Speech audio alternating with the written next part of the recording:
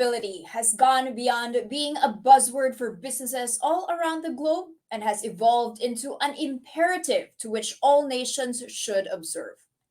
The United Nations, in pursuit of its Sustainable Development Goals, recognizes the power of the financial systems in supporting the sustainability agenda and helping in the world's transition towards a low carbon, resilient, and inclusive future. Good morning, everyone, and thank you for joining us today. This is Danny Laurel, your host and moderator in today's session as we discuss the first of the two-part Business World Insights series themed Green Finance for a More Sustainable Future. As the world strives to find solutions to the looming climate crisis, environmental sustainability is becoming a top priority in the business world. In fact, according to the World Economic Forum, the green bond market may reach $2.36 trillion in value by 2023 globally. Now, green finance, which refers to any structured financial activity designed with environmental sustainability in mind, has a broad reach, ranging from banking, loans, insurance, debt mechanisms, to investments made to encourage the development of green projects. A key part of the process is to strike a balance between managing environmental and social risks while finding profitable opportunities that can benefit the environment and deliver greater accountability. Today, we are joined by experts and leaders in the private and public sectors who will enlighten us on how we can unlock new opportunities through green financing. Now, for our audience, we will be taking some of your questions later on, so better jot down your questions and please share them with us in the comment section below. Without further ado, let us welcome our first speaker who graced us with a recorded message. She is the Undersecretary of the Regional Development Group of the National Economic and Development Authority. Her expertise includes regional development focused on agricultural development policy analysis and formulation, environment and natural resources management, and climate change adaptation and mitigation. Let's welcome Undersecretary Mercedita A. Sombilla. Good morning to everyone. I would like to thank Business World for inviting NEDA to this forum to share our insights on this important topic and discuss new opportunities in green financing. The country's forests, river systems, and coastal and marine areas are globally recognized as the epicenter of biodiversity. These natural resources provide ecosystem services that are fundamental to sustaining business operations and hence the growth of our economy. But over time, these natural resources can be irreversibly degraded and depleted if we continue to increase their use by leaps and bounds without care.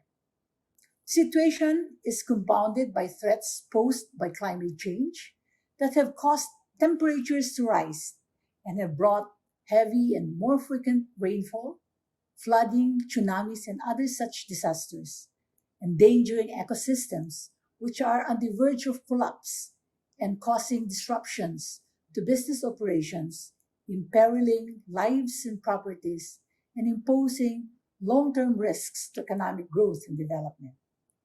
Shifting to sustainable and green practices becomes an urgent matter of survival.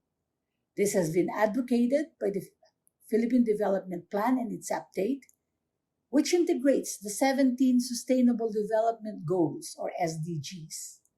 The plan is therefore the key implementing mechanism of this international commitment that aims to achieve economic growth and leave no one behind through its strategies that include adequate protection of the country's biodiversity, vital ecosystem functions, and overall environmental quality. In this context, the government considers environmental sustainability a priority in our public investment program to include water resource management, reforestation initiatives, and conservation of our terrestrial and marine ecosystems. The submission of our first nationally determined contributions, or the NDC, further conveys the country's progressive climate change mitigation commitment and adaptation measures to transform the socioeconomic sectors towards a climate and disaster resilient and low carbon economy. It is therefore critical that the government creates the right policy and regulatory environment to advance the greening of the financial system. Responses for this needed transformational action in the banking sector have been quick with the development of the Sustainable Finance Framework by the Bangko Sentral ng Pilipinas that then engenders sustainability principles in the bank's corporate governance framework. The Securities and Exchange Commission has likewise released the Sustainability Report Guidelines for publicly listed companies to guide companies in assessing and managing non financial performance, especially activities related to the environment and the monitoring of their contributions towards achieving sustainability targets. The Department of Finance and the BSP have recently launched the Philippine Sustainable Finance Roadmap and its guiding principles that lay down strategic actions to promote sustainable finance in the country, as well as establish a common understanding of the economic activities to be considered as green and sustainable. We hope to expect that as the Philippine green finance and investment taxonomy becomes more ingrained in the financial market, we will see more innovation and changes to happen. We should take advantage of these initial measures to mobilize the much needed green finance and investments to cover the short term collapse of the country's resources and implement long term strategies to build back better and greener following the COVID-19 pandemic. The government will not be able to do this alone. Private businesses and financial institutions are valued partners in catalyzing green finance to support investments in environmental sustainability and climate resilience. As among the tailwinds propelling sustainable solutions, many investors and financial institutions are now paving the way for more green portfolios. These portfolios should be able to present a pipeline of investments that will enable resource conservation, shift to clean energy, create more green jobs, improve our food systems and social protection, establish smart cities and infrastructures, and promote behavioral changes in our production and consumption patterns. Moving forward in the future, in particular, this next administration, NEDA will continue to pursue sustainable recovery and rehabilitation strategies towards a more healthy and resilient Philippines. One of the cornerstones to achieve these strategies would be to adapt and mitigate much better the impacts of climate change. The challenges ahead are enormous, but along with them are also great opportunities to seize. To end this short opening message, let me enjoin everyone to be a big partner of government in finding more sustainable and greener solutions to make the Philippines more resilient to achieve our vision of a matatag, maginhawa, at panatag na buhay for all Filipinos. Thank you and have a good day. Thank you very much. That was, of course, Yusek Sombilia from NEDA urging private institutions, financial institutions to join in with the government's quest. She said it's a challenging road ahead, but a lot of opportunities as well. So thank you so much. We will be joined later by Assistant Director Dayan Maharjan of NEDA Andres for the Q&A. Now, moving on, our next speaker is the Assistant Secretary for International Finance and Special Projects and the official spokesperson and head of communications at the Department of Finance.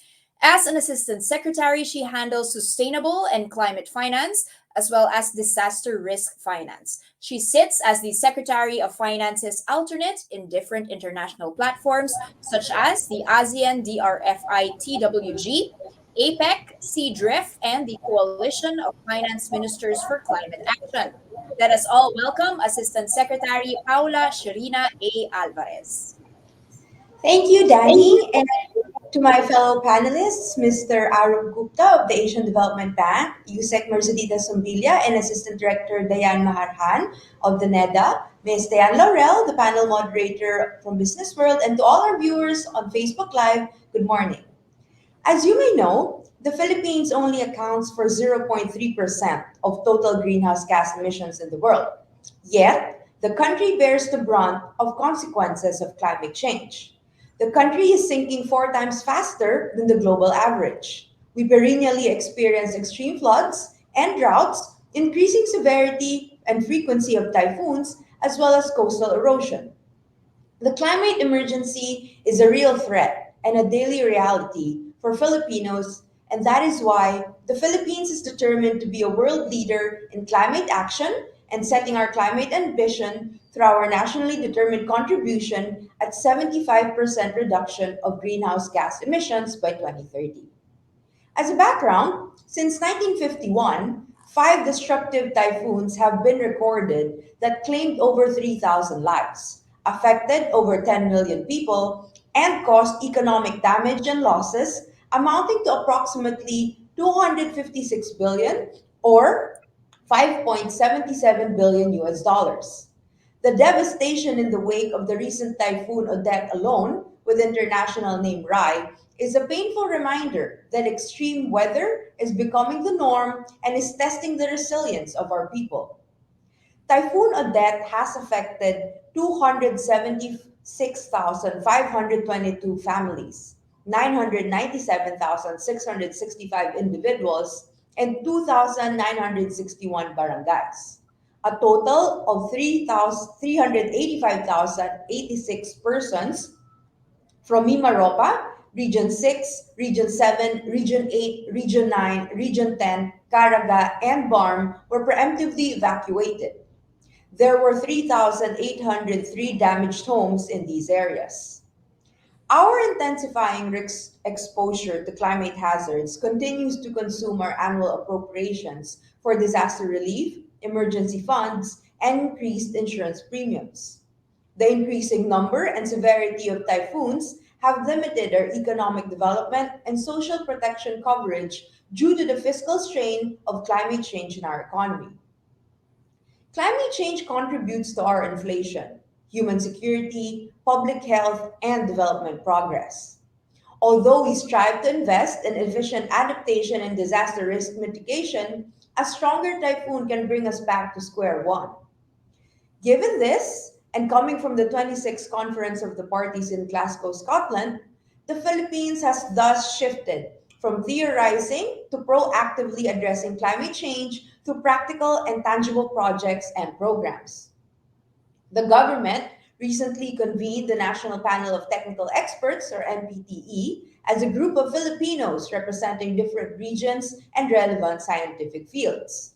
The MPTE is tasked to engage our fishermen and farmers in coastal communities to prepare them to understand and execute localized action plans that shall enable them to adapt to rising sea levels and other climate challenges. In October 2021, the Philippines launched its first ever sustainable finance roadmap to synergize public and private investments towards green projects. Furthermore, a law regulating single use plastics is being pushed to urge the Filipino people to do their part on a daily basis in saving the world's environment. In November 2021, we also launched a partnership with the Asian Development Bank for a landmark project to accelerate our transition from coal to clean energy in a just and affordable manner. As a developing and climate vulnerable country, we made it possible to mobilize concrete actions as a contribution to saving the planet from this crisis. We do not linger on hypothetical situations, but ensure we have tangible responses on the ground.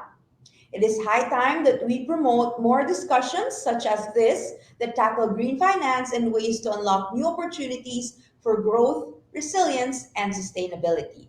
Again, thank you everyone for having us in this forum, and we all wish everyone a good morning. Thank you so much, Asek Alvarez. As she mentioned, there's going to be a lot to be discussed later on during the panel discussion, specifically on disaster risk mitigation and also that sustainable finance framework at the Department of Finance. So, thank you very much. And there will be a lot of questions for you later on. Now, ladies and gentlemen, completing our lineup is the Principal Financial Sector Specialist at the Asian Development Bank, responsible for leading financial sector development initiatives and providing operational support in financial sector reform and development, regulatory and supervisory oversight architecture, financing projects related to climate change adaptation, mitigation and transition, and fintech.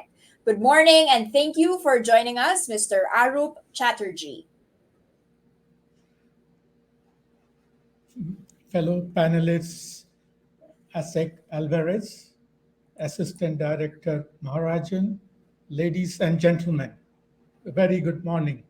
It is my great pleasure to join you at the Business World Insights online forum on green finance for a more sustainable future. As the world slowly moves beyond pandemic response into recovery, the Asia Pacific region must now prepare for managing high impact risks and put sustainable development at the front and center of recovery strategies. The biggest risk is climate change, as you just heard, and in many ways, Asia is at the front line. It is the world's most exposed region to disasters and climate risk. Almost 40% of the disasters globally occur in our region. The region is also responsible for as much as 51% of the annual global carbon and greenhouse gas emissions. Thus, the growing vulnerability means we must increase efforts to build resilience. To this, our region needs to invest about $1.7 trillion annually, or about 4% of the regional GDP. So we must build a sustainable finance structure to mobilize more public and private capital. The good news is that sustainable finance is growing rapidly across the region. Asia now has the second largest regional sustainable bond market after Europe, with about 20% share. The financial incentives are there. Global and Asian institutional investors want to hedge and mitigate sustainability risks, and they want a greater resilience during systemic or one-off shocks. And that's where disaster risk management becomes increasingly important. Stakeholder preferences are also changing. Approximately one-third of the assets under management today, somewhere between 30 to 40 trillion dollars, are now subject to some form of environment, social, and governance, popularly known as the ESG framework. However, sustainable finance remains institutionally underdeveloped. It lacks even basic elements such as common taxonomies and standards. Then there is the heightened problems of information asymmetry, weak governance, and therefore this calls for greater transparency, better reporting, and information disclosure. Multilateral institutions can help attract more private capital for sustainable finance. ADB has elevated its ambition to deliver climate financing to its developing member countries to $100 billion for the period 2019 to 2030. ADB has issued approximately $15.3 billion outstanding theme green and blue bonds as of January 2021 to catalyze capital in support of key initiatives such as water, gender, health, and education. ADB's Green Bond Program helps in raising funds for green projects, helps our developing member countries to issue green bonds too. Under ADB's extended Green Bond Framework, we also support investments that target ocean health as part of our action plan for healthy oceans and sustainable blue economies. The ASEAN Catalytic Green Finance Facility reduces risk on green projects and leverages private capital. This is now complemented by a new financing partnership, the ASEAN Green Recovery Platform, that was recently put in place to accelerate the flow of investments towards green infrastructure, especially in the Southeast Asian country, to accelerate the post pandemic recovery.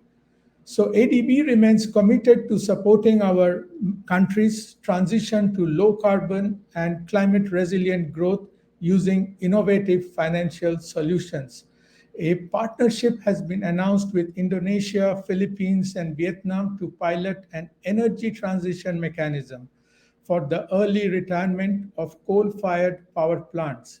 Retiring 50% of the coal power plants over the next 10 to 15 years could cut 200 million tons of carbon dioxide emissions per year, that is equal to taking 61 million cars off the road. Adopting low carbon technologies and building green infrastructure requires significant upfront fixed cost. Up to 65% of Asia's infrastructure projects are not considered bankable. Promoting innovative de-risking approaches can also help provide sustainable finance. And this is true also for the small and medium enterprises.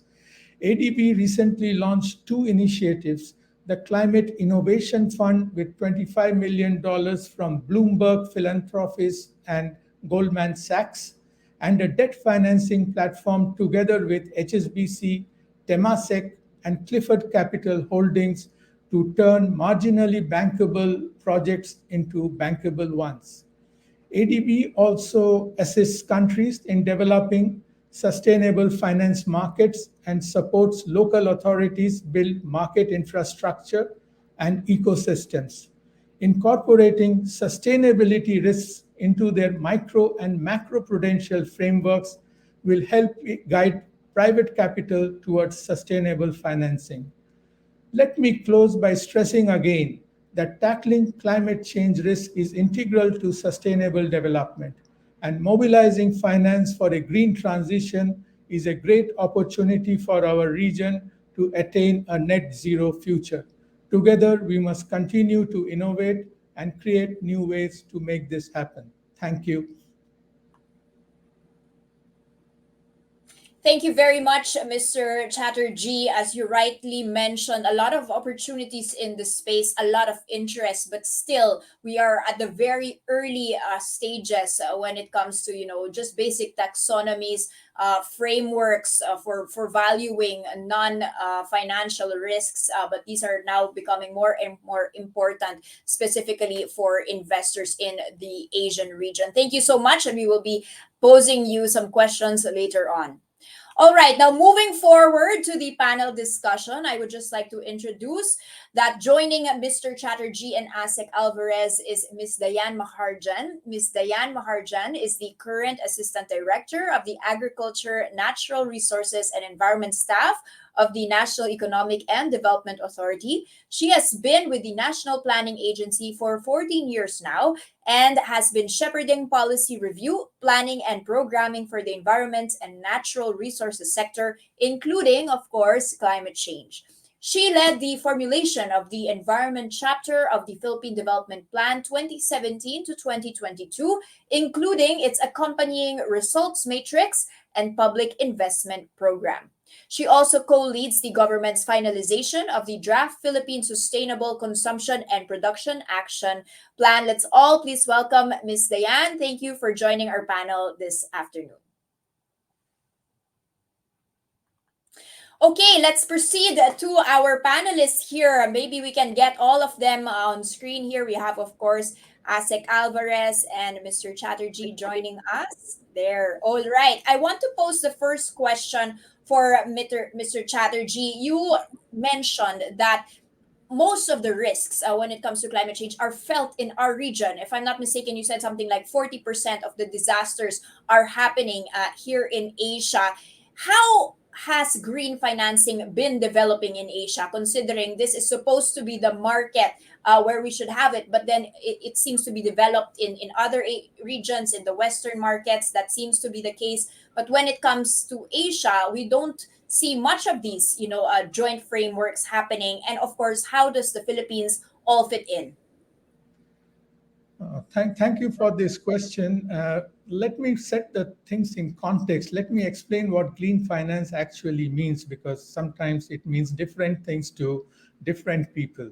So, from an ADB perspective, we see green finance as including financing instruments, investments, and mechanisms that contribute to a climate plus approach, impacting both climate and environment sustainability goals. So, green finance targets reduction in greenhouse gases, improved climate resilience, improved environmental objectives such as air and water quality, looking at ecosystems and biodiversity, and also looking at resource use efficiency. So, from an ADB perspective, and then I will come more towards the Philippine context, we are looking at supporting greening of capital markets. We in terms of green bonds, one is in terms of supporting green theme bond issuances, that is focused on themes like gender, health, water. We also look at supporting sovereigns, that is the governments, to issue green, sustainable, and social bonds. It's known as the GSS nowadays. We are working with Philippines government to develop a blue bond. Feasibility study is underway, and we will assess the funding needs of a blue bond to develop a sustainable fisheries value chain. We are also looking at private investment in green capital markets. For example, there was a transaction which involved a debt investment in bonds issued by AC Energy Finance International for a green bond project. The proceeds of that overall issuance was supposed to be used to invest in solar and wind projects in Philippines, Indonesia, and Vietnam. Sustainable finance continues to expand rapidly across the world. As I mentioned in my statement, Asia is the third largest regional green debt market as per 2020 data after Europe and North America, accounting for about 20% of the global green debt market. Of this, ASEAN accounts for 3.2%, and the global issuance, as per the global issuance in 2020. ASEAN regional issuances are also growing up, though it is at a slower pace, and maybe the pandemic is a reason. It rose from $8.8 billion in 2019 to about $9.3 billion in 2020. The top countries, based on the total issuance figures available as of 2020, we find Singapore issuing 53%, Indonesia 24%, and Philippines 9%, followed by Thailand, which is 8%. So these are figures from the Climate Bond Initiative. So Philippines progress has been modest, but they are still amongst the top three in ASEAN. On the number of issuers and issuances, ASEAN has seen 75 issuers, 44 for green bond and 31 for green loans since 2016, which is up by 39 in 2019. So the number of green bonds and green loans are increasing. Cumulatively, if you see in the ASEAN region, Indonesia is the largest green bond issuer. And in terms of issuance size, it is approximately about 5 billion US dollars, followed by Philippines, which is about 2.9 billion US dollars, and Singapore, which is 2.3 billion US dollars. So cumulatively, Singapore is the largest market for green loans with 35 deals, again followed by Malaysia and Vietnam. So Philippines is running with its peers in that way, and should be closing the gap in the times ahead. Uh, in terms of issuer types, the green bond market is dominated by the private sector.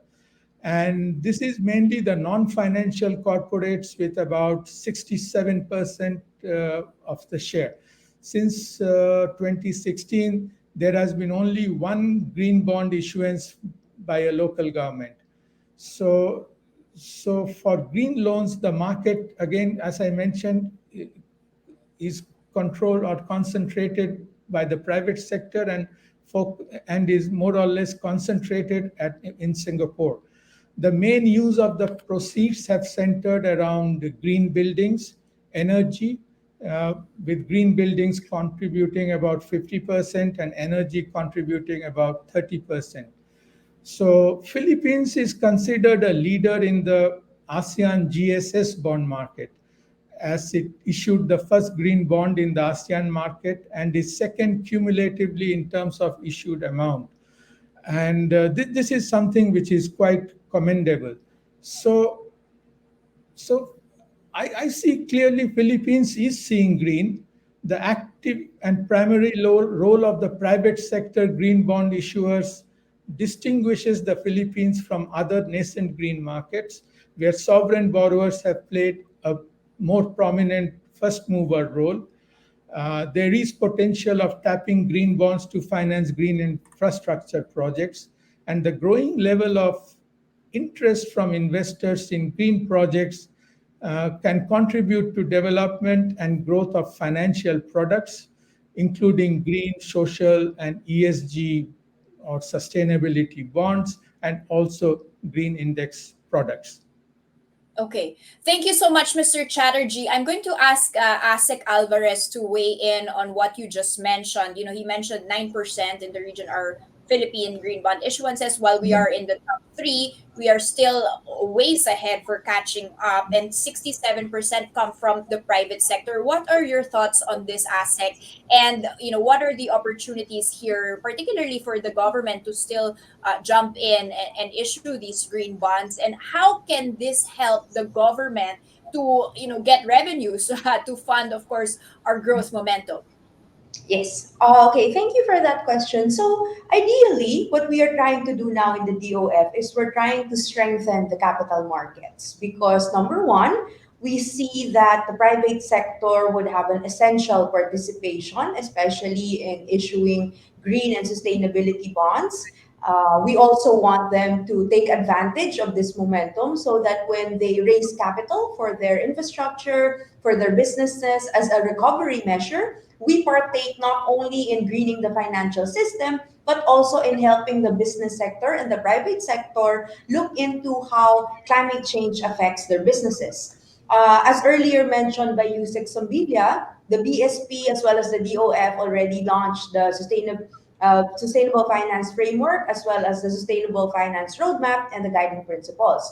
So the idea here is as early as now, we want the private sector to look into the risk exposures of their portfolios, for example, like their investments, because a study conducted by the BSP has shown that those businesses and banks where they have more exposure to climate risks and natural disasters have a higher chance of, for example, defaulting in loans, which is a very logical analysis. Now, what we want to do is we want to strengthen the business sector so that moving forward, when we recover from this pandemic, we not only take into consideration the health issues, but also the climate issues.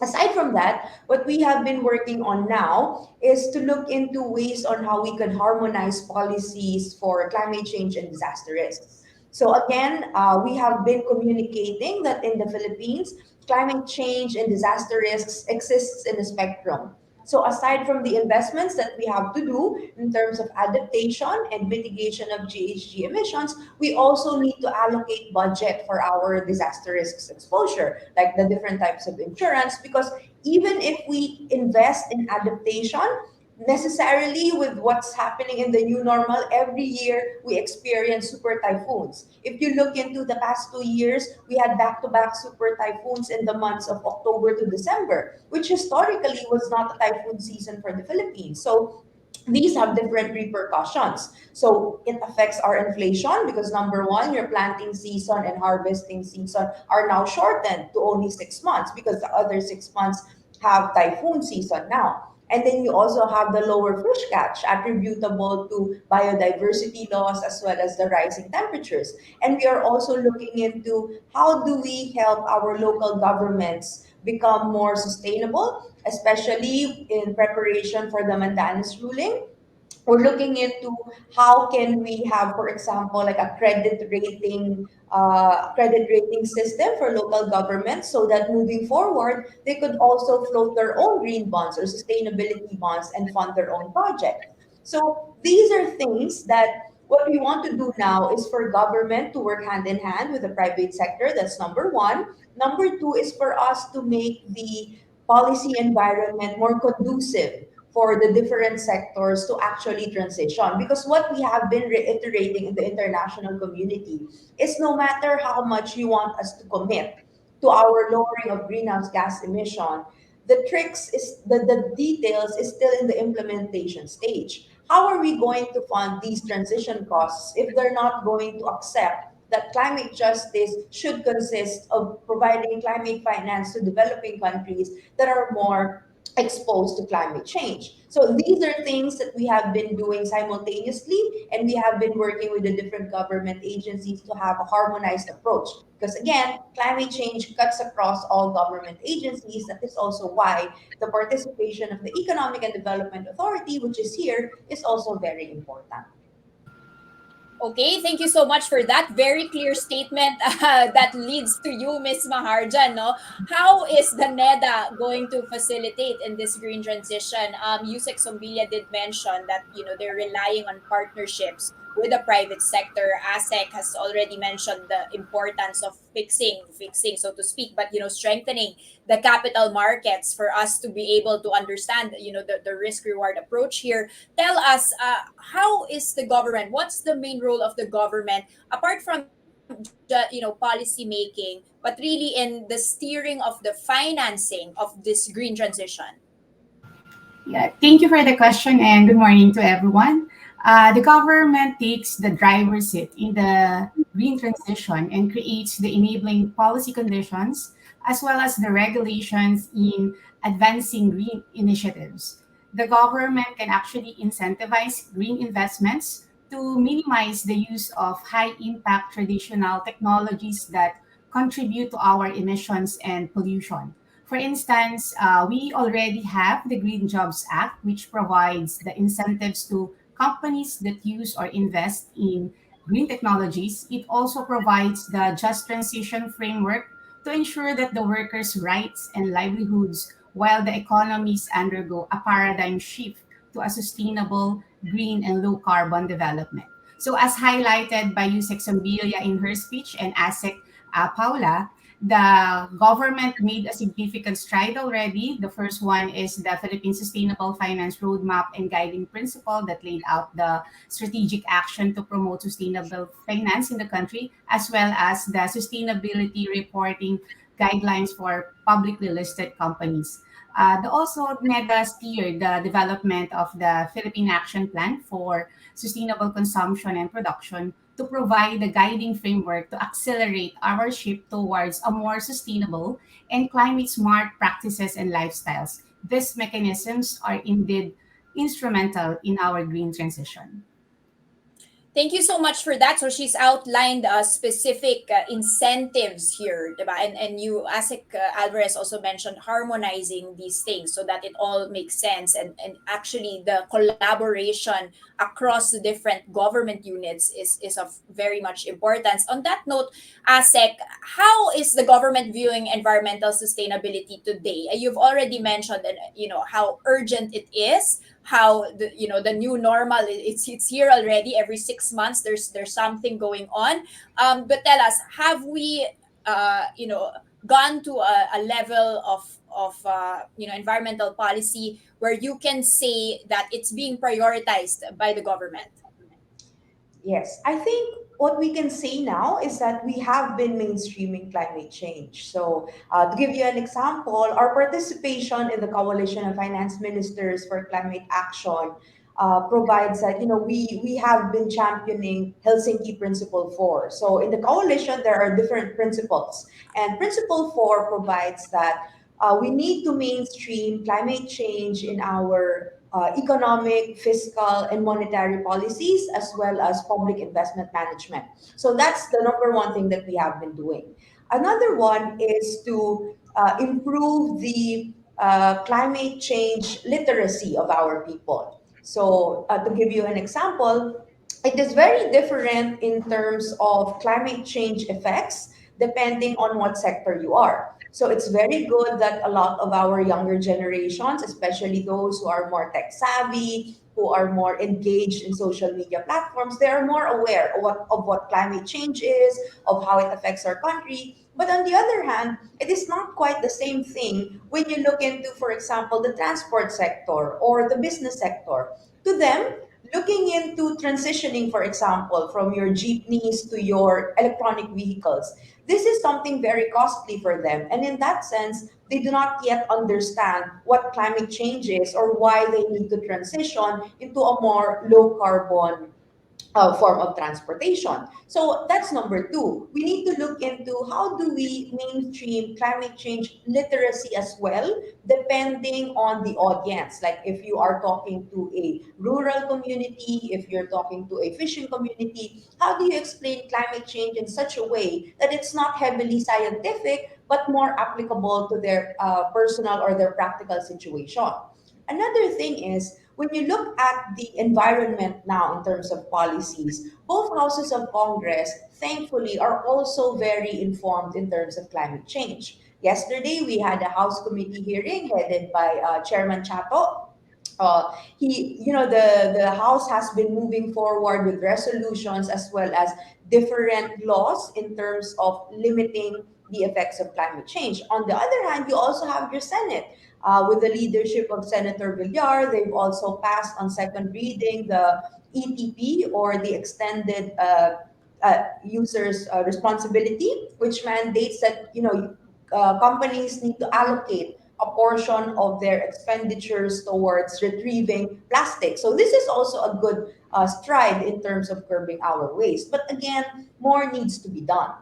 In terms of policy, this is what we're looking into, because there are different types of knowledge or different types of climate change environments depending on the sector. So I guess that is also where we can work hand in hand with different non-government organizations or civil society organizations, because they are more in touch with the local communities, and maybe they could also look into how to help local communities understand climate change and be more adaptive. So again, what we're trying to say here is we need to have a whole nation approach. It's not just the government that has the responsibility to curb the effects of climate change. Everyone is affected by climate change, so everyone needs to take part in actually moving forward, not just with policies, but also with concrete actions. Thank you for that. So it's not just a matter, as you mentioned, of creating policies, but just making this trickle down to the sectors of society that are actually directly affected, whether they understand that and whether, as you mentioned, it's mainstream. Ms. Maharjan, can you just weigh in very quickly on that? In terms of NEDA, you're looking at infrastructure as one of the big pillars of the economy, the build program. You are at the department that can finance all of these infrastructures, make them into green buildings, into green energy. Is that being done? Is this mainstreaming happening? Is the government viewing this as very important when you make such decisions? Yeah, actually, ASEC Paula already emphasized mainstreaming, and the government is actually mainstreaming environmental sustainability in our development agenda.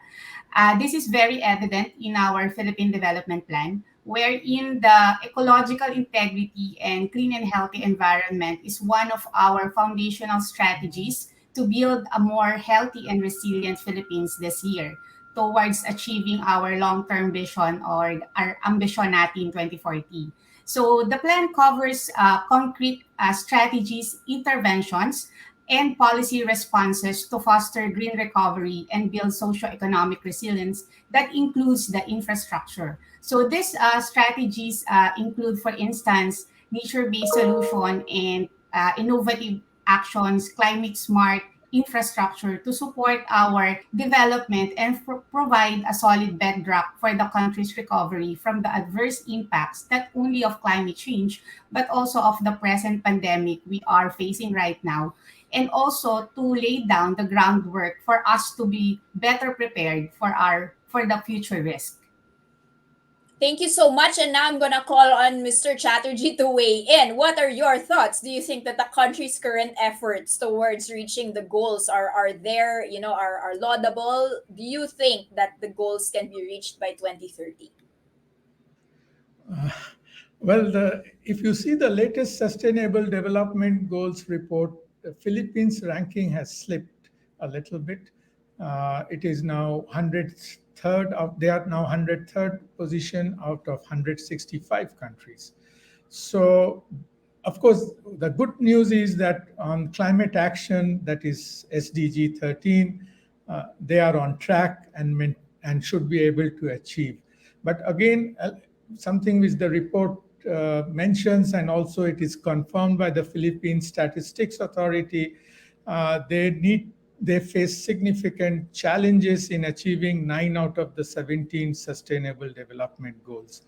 So there is a need for an accelerated effort, uh, Mm. and I'm sure with the recovery process on and with the right policy framework in place, and with all these efforts, then we will be closer, if not, if we still do not meet the target, but we'll be very, very close there. Thank you. Asik Alvarez, you mentioned earlier this inequity, no, between the poor nations bearing the brunt and the financing needing to come here. How can the Philippines bridge this financial gap between what we're trying to achieve? Of course, we all want a low carbon future. It's not a lack of ambition. It's really a lack of financing. When you have many other problems, you have the pandemic to cover, you have other issues with the current reality. What's your plan in bridging this gap? Yes, so as you may know, the Department of Finance is in charge not only in keeping our fiscal deficit within a sustainable range, but also efficiently sourcing financing to fund our infrastructure projects and social services. So, what we're looking now is how do we actually mobilize financing in different areas. So, number one is when we created the Sustainable Finance Roadmap and the guiding principles, what we wanted to do is to help the private sector mobilize capital investments. So now that we also have the economic liberalization bills that have already passed both houses and are now pending signature for the president, we're looking into how do we use this as a leverage to mobilize investments, foreign direct investments towards green and sustainable projects. So that's one. Second is that what we're looking into is to strengthen our communication with the international community. So Secretary Dominguez, when he gave the national statement of the Philippines in the recently concluded COP26, we reiterated that the definition of climate finance should consist of three things. Number one are grants. So we really need grants to help us capacitate our people, not just our communities, but the actual people who would be implementing projects and who would be evaluating if projects are indeed sustainable. Second are investments. So we are already mobilizing capital investments through our policy reforms. Third are subsidies. And I think this is the most important because, again, we keep on reiterating that transition has a lot of costs. And your private sector, especially the micro, small, and medium enterprises, it would be a really big burden for them to transition, especially with the pandemic. So, how do we get subsidies from international players, like, for example, those companies in the different countries who emit the most greenhouse gas emissions and their governments? How do we get them to actually participate in mobilizing finance to help developing countries that are more vulnerable to climate change transition? So, what we're trying to do now is we're looking into the different areas where we could use or we could mobilize financing. So when we were asked what our strategy was, we said, well, our strategy is to attack all fronts. So we work with the multilateral banks, work with the multilateral partners, we work with bilateral partners like the UK, the US, Japan, Korea. We work with them, especially in terms of exchanging of policy frameworks or experiences in order for us to have internationally accepted standards in terms of climate finance. So these are different things that we're trying to do simultaneously, but again, it will take time because policy is not something that's easily implementable. You need adequate capacity and support to efficiently and effectively implement it. So that's also why we reorganize the National Panel of Technical Experts to have different representatives from different island provinces so that each local government unit can also craft their own adaptation plan and we could help them fund it through different sources. So that's mainly what we're doing now. Thank you, Asek. As she pointed out, it's not just bridging the gap in the deficit and funding. There's actually a need for grants for upskilling and just basic understanding of where to spend this money in the most efficient way. To your point, Mr. Chatterjee, where we are at the bottom of the rung, not necessarily bottom of the rung, but bottom 100, so to speak, of countries here. How can the capital markets has been mentioned on and on in this forum, as well as the private sector involvement, given that the Philippines is generally relatively a small investment market compared to other countries. You did mention it's top three when issuing green bonds, but still, when it comes to foreign direct investments, we still need much more of that. How can we attract institutional investors here towards to invest towards a green transition, and will this make a significant impact when we look at the rankings in achieving our actual goals and targets? Okay, so that is also one of the things that we wanted to take advantage of. So, as Secretary Dominguez has reiterated in most of his speeches, our country, even if we are a developing country, we are a middle income country, and our population is mostly made up of young and educated Filipinos. So, our median age is 25 compared to our peers. Vietnam is 30, Indonesia is a bit 30 to 32, I think, compared to developed countries like Japan, the US, UK, and other European countries. Their median age is almost at the higher, like older generation. So having a young population and a highly educated and tech savvy population is a plus in terms of attracting investments, because if you look into what's happening now internationally, they have what you call the great resignation, because after the experiencing the pandemic, most people don't want to work anymore for big companies, and these are the companies that we want to attract. Like, our business process outsourcing are not just call centers now, they're more technical skills. We are actually known as the biggest accounting firm in the world because most accounting is sourced out in the Philippines. So that's one area that we could look into in terms of investment. The second thing is, how do we make that green? How do we make that sustainable? So if they want to relocate here, now that you have your sustainability bond issuances, these types of bonds necessarily have to report the climate exposure, the climate risks, and disaster risks in terms of where the utilization of the fund went.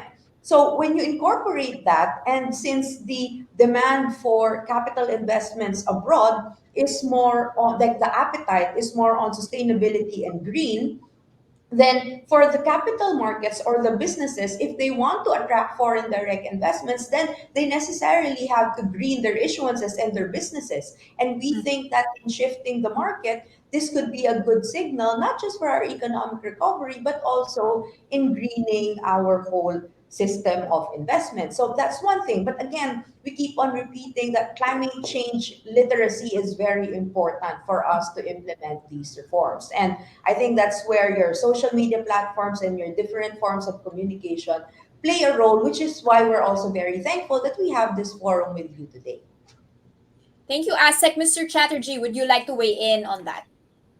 Well, as you mentioned, the recovery will need a lot of capital. Definitely, there is no two questions about it.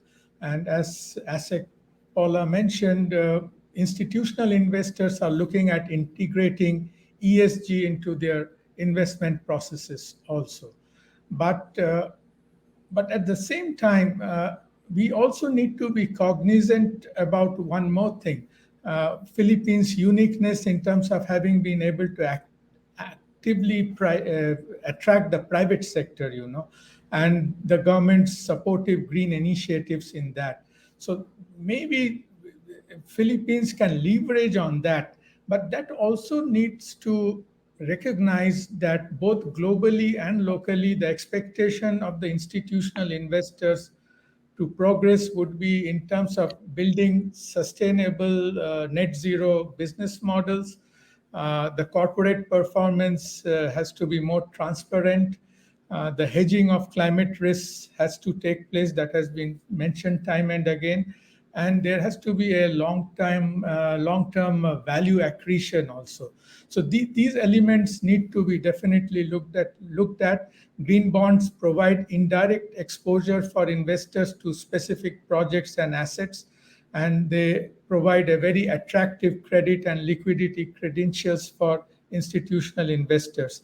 So building a project pipeline, and also in terms of providing that regulatory certainty is important to attract the institutional investors to the country. Thank you. And on that note, Ms. Maharjan, how do we do that? What factors should be considered when you are creating policies, regulations regarding green finance? On the one hand, you have just the imminent threat of climate change affecting lives and livelihoods, but you also have the need to attract investors. Yeah, actually, there are many factors to consider. One is the policies and regulations should be based on need and supported by scientific information and evidence. The second is there should be an assessment of the direct impacts and co-benefits of these investments. The policy should be able to consider how to catalyze the impact beyond a one-time investment in order for us to ensure a long-term sustainability.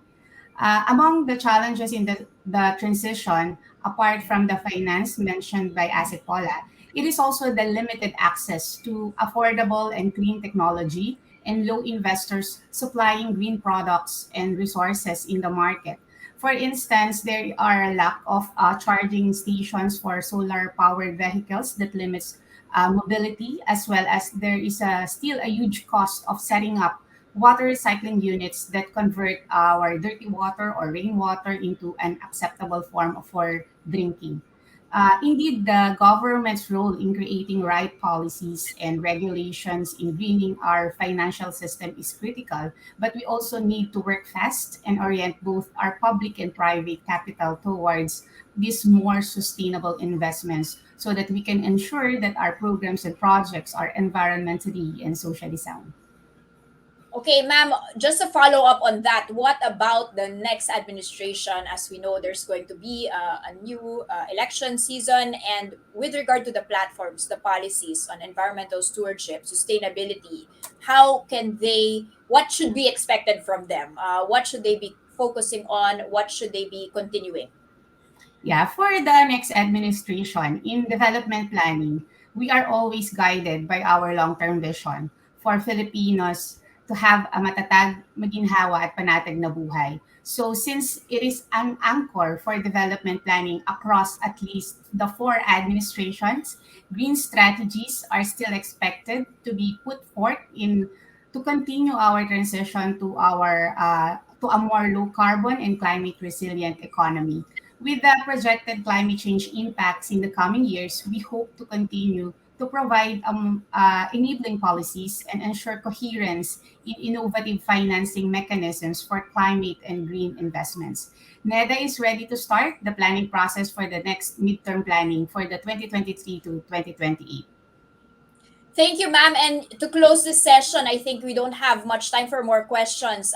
Can we please have your final words for our audience? Let's start with you, Ms. Maharjan. Let's jump off on your point. You've already started planning for the future, of course, which is already here. But tell us, give us your closing statements for our audience here to understand what the NEDA is doing when it comes to a greener, more sustainable future. Yeah, I just wanted to underscore that we are now at the point wherein we do not need to question whether or not green financing is required. The more pressing question is how do we scale up green financing and strengthen our collaboration between the public and the private sector? Our race against this climate crisis is time bound. The Philippines' nationally determined contribution should not rely on the conditional component alone, but we also need to act fast. So we urge our partners in development to help the government accelerate funding for green programs and projects and make our country more climate resilient to enable achieving a more sustainable growth ahead of our long-term vision, and we have a better future for our children and our children's children. Thank you, Mr. Chatterjee. I'm going to borrow the title. How do we unlock new opportunities through green financing for your closing statement? Okay, thank you. Well, green bonds definitely are an effective instrument to achieve this climate and sustainable development goals. We need to look for having more guidance in terms of creation of green bond markets. We need to align the local green bond issuance with national climate and infrastructure targets, which can contribute to the country's sustainable development agenda. We need to have systems which are able to maintain market integrity by ensuring high standards of transparency, independent review, ESG risk management, monitoring, reporting, and their likes. There also needs to be some assurance that the issuers adhere to international best practice, and that is something which there needs to be more work. There has to be also targeted policy support for low carbon and green bond issuance. We have to incentivize this transition to a greener technology, and the transition has to be just. So therefore, we need to see how to enable these green finance markets, how we can also reduce the transaction costs. So if we can have these elements in place, there will be an enabling environment to look at the opportunities which this just transition offers. Thank you. Thank you. And finally, Asik Alvarez, what's your call to action for the other policymakers as well that need to be involved here, of course, specifically in disaster risk finance? What's your call to action for them to assist us in this fight? Yes. So again, as your statement said, what is our call to action? So we've been reiterating that theories are already over, studies are already over. It is now the time for us to act. We need to be proactive. So in terms of disaster risks, for us to lower our disaster risk insurance coverage, for example, we necessarily need to invest in adaptation. And again, we keep on reiterating that this is a whole of nation approach. We really need to act as a nation if we really want to mainstream the climate finance and the adaptation and the mitigation of disaster risks exposure. So it is not only a matter of policy, we really need to put in place the actionable solutions for us to move forward. So even if we are in the middle of the pack in terms of our placing in the sustainable development goals, I think it's good to note that we are moving one step at a time. So even if we're not yet there, we're slowly getting there. So what's important is we're moving. But you know what we need to look into now is how do we move faster? Because again, we are sinking 4 times faster than all the other countries in the world. We experience the highest level of losses, damages, extreme weather events. We have drought, we have different typhoons, super typhoons now coming in October to December. And there's nothing we could do about these typhoons aside from looking into how do we make ourselves more resilient in terms of adaptation and also in terms of disaster risk mitigation. So again, as a last note, I think that's good to keep in mind that this is not a thing that works in silos. It works across all sectors and all government agencies. And for us to move forward, we really need to work hand in hand. So policymakers, lawmakers, those executing policies, we have to work hand in hand. We need to communicate and coordinate with each other so that we could really move forward. Thank you. That's a great way to end today's agenda. I mean, of course, we're discussing that now, but not a lot of time actually for discussing, and much more time needs to be dedicated to putting plans in action for something very urgent and happening all around us. Thank you very much to our speakers. We had, of course, Yusek Mercedita Sombilia for sending her message in, and of course, ASEC Paula, Sherina Alvarez of the Department of Finance, Assistant Director Diane Maharjan of the NEDA, and Mr. Arup Chatterjee of the ADB. Very big thanks as well to our supporting organizations. We have the British Chamber of Commerce of the Philippines, the Management Association of the Philippines, the Philippine Chamber of Commerce and Industry, and to our media partner, the Philippine Star, and of course to you, our audience who joined today's discussion. Thank you for spending your time with us. Please join us again in the next session of Business World Insights. Next week, we will be discussing the topic public-private collaboration to pivot into a greener world. Be sure to follow Business World online to be updated on our next projects. This is Danny Laurel, and this has been Business World Insights. Stay safe, stay healthy. Good afternoon.